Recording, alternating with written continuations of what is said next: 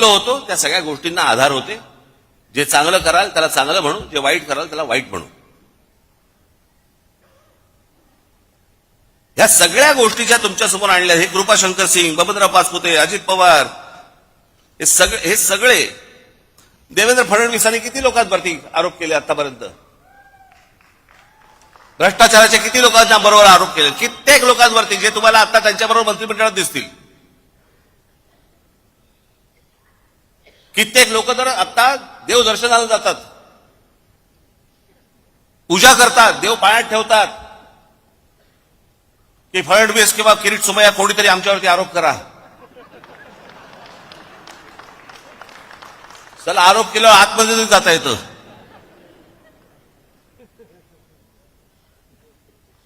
एवढा सगळा चिखल होऊन बसलेला आहे. आणि या चिखलामध्ये मला असं वाटतं की तुम्ही आतापर्यंत, आपण ज्या प्रामाणिकपणे आजपर्यंत पक्ष चालवला, वाढवला, अनेक लोकांना हे असतं राजसाहेबांनी भारतीय जनता पक्षाच्या किंवा कोणाला नेत्यांना भेटलं नाही पाहिजे. समोरचा बोलला चहा प्यायला येतो तर काय सांगू, घरीच पी.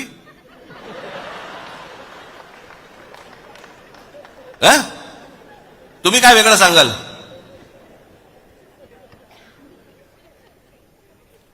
अहो, पण ते मला जेव्हा भेटायला येतात ना, त्यावेळेला मी तुम्हाला विकत नाही.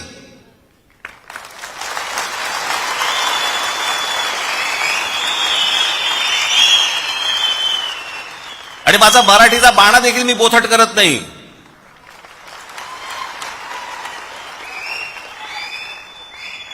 येतात, फोन करतात. आता मध्यंतरी मागे मी एकदा नाशिकला होतो. सकाळी मी निघालो होतो दौऱ्यावरती, कुठे पुण्याला जायचं होतं. 7 वाजता गाडीत बसलो. समोरून चंद्रकांत पाटील आले. नमस्कार, काय म्हणताय बरं म्हटलं. मुंबईत आलो की येतो चहा प्यायला. ही परिस्थिती तुमच्यावरती आली, काय कराल सांगा? कशाला चहा कशाला प्यायचा? काय गरज आहे का चहा प्यायची? काय यायची काय आवश्यकता आहे का? नाही, काय गरज काय या चहा प्यायची? असं सांगू का त्यांना मी? अरे, एक माणूस स्वतःहून सांगतोय जरा चहा प्यायला येतो तर ये म्हणणार ना, अजून काय म्हणणार? एकदा चंद्रकांत पाटील मला भेटायला आले. बरं, हे काय करतात? परत ह्यातला प्रॉब्लेम काय आहे? हे बाहेर मग पत्रकार येतात, तिथे जाऊन हे काय बोलतात माहित नाही. आज काहीतरी वेगळंच असतं. बरेच दिवस झाले आपण भेटलो नाही. मागे एकदा लग्नात आपला फक्त भेटणं एवढंच काहीतरी असतं. एकदा चंद्रकांत पाटील माझ्याकडे आले. त्याच वेळेला ते जेव्हा मला नाशिकला बोलले त्यावेळेला मुंबईत आलो की घरी भेटायला येतो. हे मला अजूनपर्यंत कळलेलं नाही. ते माझ्याशी चर्चा करून काय चहा बी खाणं पिणं सगळं झाल्यावरती बाहेर पडले. पत्रकारांनी विचारलं काय झालं, तर आपण काय सांगू? काही नाही, सहज सदिच्छा भेट होती म्हणून सहज भेटायला आलो. बरं, पत्रकारांचाही प्रॉब्लेम असतो त्यांना वाटतं कशात तरी काय असणारच, काहीतरी असणार, त्याशिवाय काय होणार नाहीये. बाई आणि बुवा एकत्र भेटले की काहीतरी लफडत असलं पाहिजे, ह्याला काही दुसरं काय. अरे, नॉर्मल पण भेटू शकतात की नाही, बोलू शकतात की नाही? एखादा पुरुष स्त्री एखादे नॉर्मल बोलू शकतात, गप्पा मारू शकतात. तसं यांचं असतं. हल्ली इथं तेच चाललंय. पूर्वी तर माझ्या राजकारण इतकं सुंदर छान होतं, सगळेजण एकमेकांना भेटायचे. पक्षाचा विरोध, पक्षाची धोरणं याच्यामध्ये कधी कॉम्प्रोमाइज व्हायचं नाही. पण म्हणून काहीतरी अगदी वैर घेतल्यासारखे वगैरे असं काही नव्हतं पूर्वी. आताही खरं तसं नाहीये. काल आपण शपथ भेटतात मला पण ते कळलेलं नाही. पण बाहेर चंद्रकांत पाटील बाहेर पडले माझ्या घरात. काय केलं असेल त्यांनी पत्रकारांसमोर मला आजपर्यंत कळलेलं नाही. त्यांना प्रश्न विचारला, पाटील साहेब 1 तासभर तुम्ही आतमध्ये होतात, काय चर्चा झाली? मला ह्याचा अर्थ नाही कळला. म्हणजे मला त्यांनी कडेवर घेतला होता का काय, ह्याचा अर्थ काय होता हेच मला अजूनपर्यंत कळलं नाही. हे म्हणजे काय?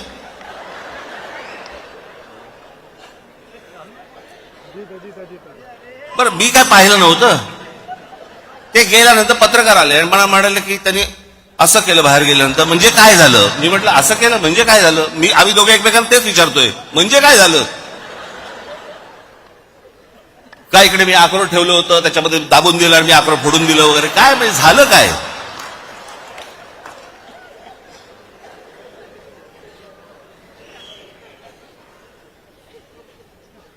एक गोष्ट तुम्ही लक्षात ठेवा, हे कोण भेटायला आले गेले वगैरे वगैरे वगैरे, पक्षाची भूमिका आणि तुमचं प्रेम यांच्यासमोर लाचार ठेवणार नाही.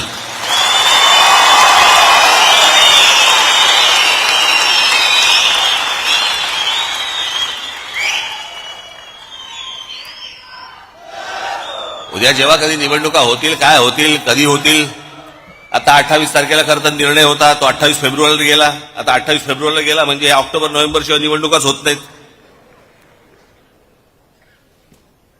बरं, ऑक्टोबर नोव्हेंबरला तरी काय अजून पुढे ढकलतील. त्यांना काय, सरकारला प्रशासक नेमल्यानंतर प्रशासनाच्या हातात जर समजा या सगळ्या महानगरपालिका आणि सगळ्या गोष्टी असतील, कोण नगरसेवकांची ओझी उचलेल?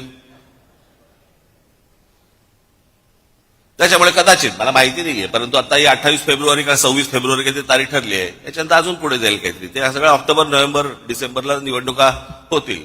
तोपर्यंत मी का सांगतो तुम्हाला, फालतू खर्च करत बसू नका. कळलं का? या देवस्थानाला घेऊन चाललो महिलांना, या इकडे घेऊन चाललो दर्शनाला, हे ते आता काही करू नका त्या सगळ्या गोष्टी. कळलं का? आणि निवडणुकीच्या वेळेला यार खिशे बाहेर काढून माझ्यासमोर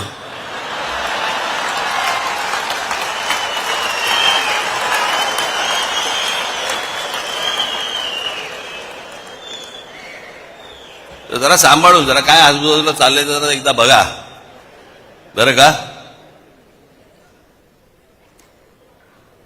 आज मला तुम्हाला एवढंच सांगायचं आहे,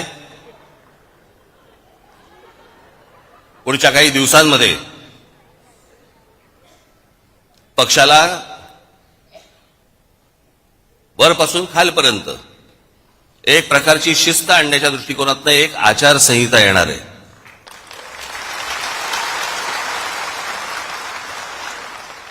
जी गोष्ट मी माझ्या विभागाध्यक्षाशी बोलीन तीच माझ्या शाखाध्यक्षाला पण कळली पाहिजे, तीच माझ्या महाराष्ट्र सैनिकाला पण कळली पाहिजे की काय नेमकं चालू आहे ते.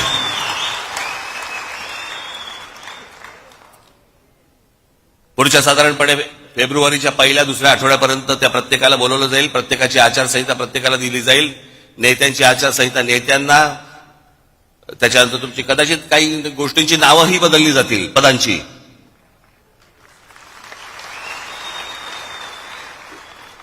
तर ते हळूहळू टप्प्याटप्प्याने त्या गोष्टी मी तुमच्यासमोर मांडीन. परंतु मी एक गोष्ट सांगतो तुम्हाला, मी लहानपणापासून अनेक पराभव पाहिलेत, अनेक विजय देखील पाहिलेत. पराभवाने मी कधी खचलो नाही आणि विजयाने कधी हुरळून गेलो नाही.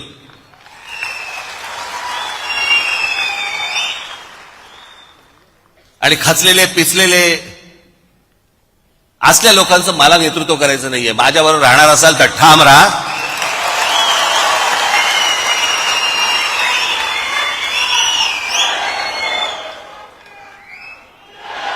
आपल्याला जे महाराष्ट्रामध्ये करायचंय, जे आपल्याला महाराष्ट्राच्या मराठी माणसासाठी करायचंय, जे या महाराष्ट्रातल्या हिंदूंसाठी करायचंय ते आपण करणारच आहोत. ते आपलं स्वप्न आहे.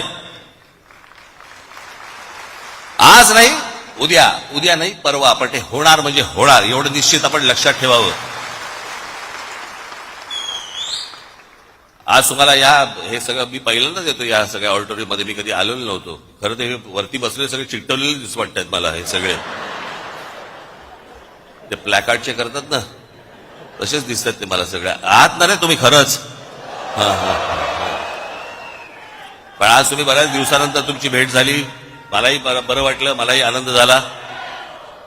एका उत्साहात, जल्लोषात, जोशात पुढच्या येणाऱ्या सगळ्या गोष्टी आपण पार पाडायच्या आहेत.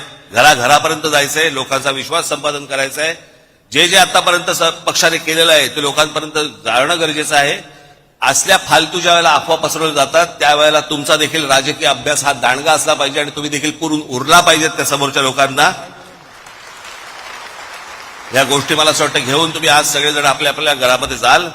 फेब्रुवारीच्या पहिल्या आठवड्यात, दुसऱ्या आठवड्यामध्ये आपल्या सर्वांची मी भेट घेईनच. तोपर्यंत तुर्तास आज इथेच थांबतो. धन्यवाद. जय हिंद, जय महाराष्ट्र.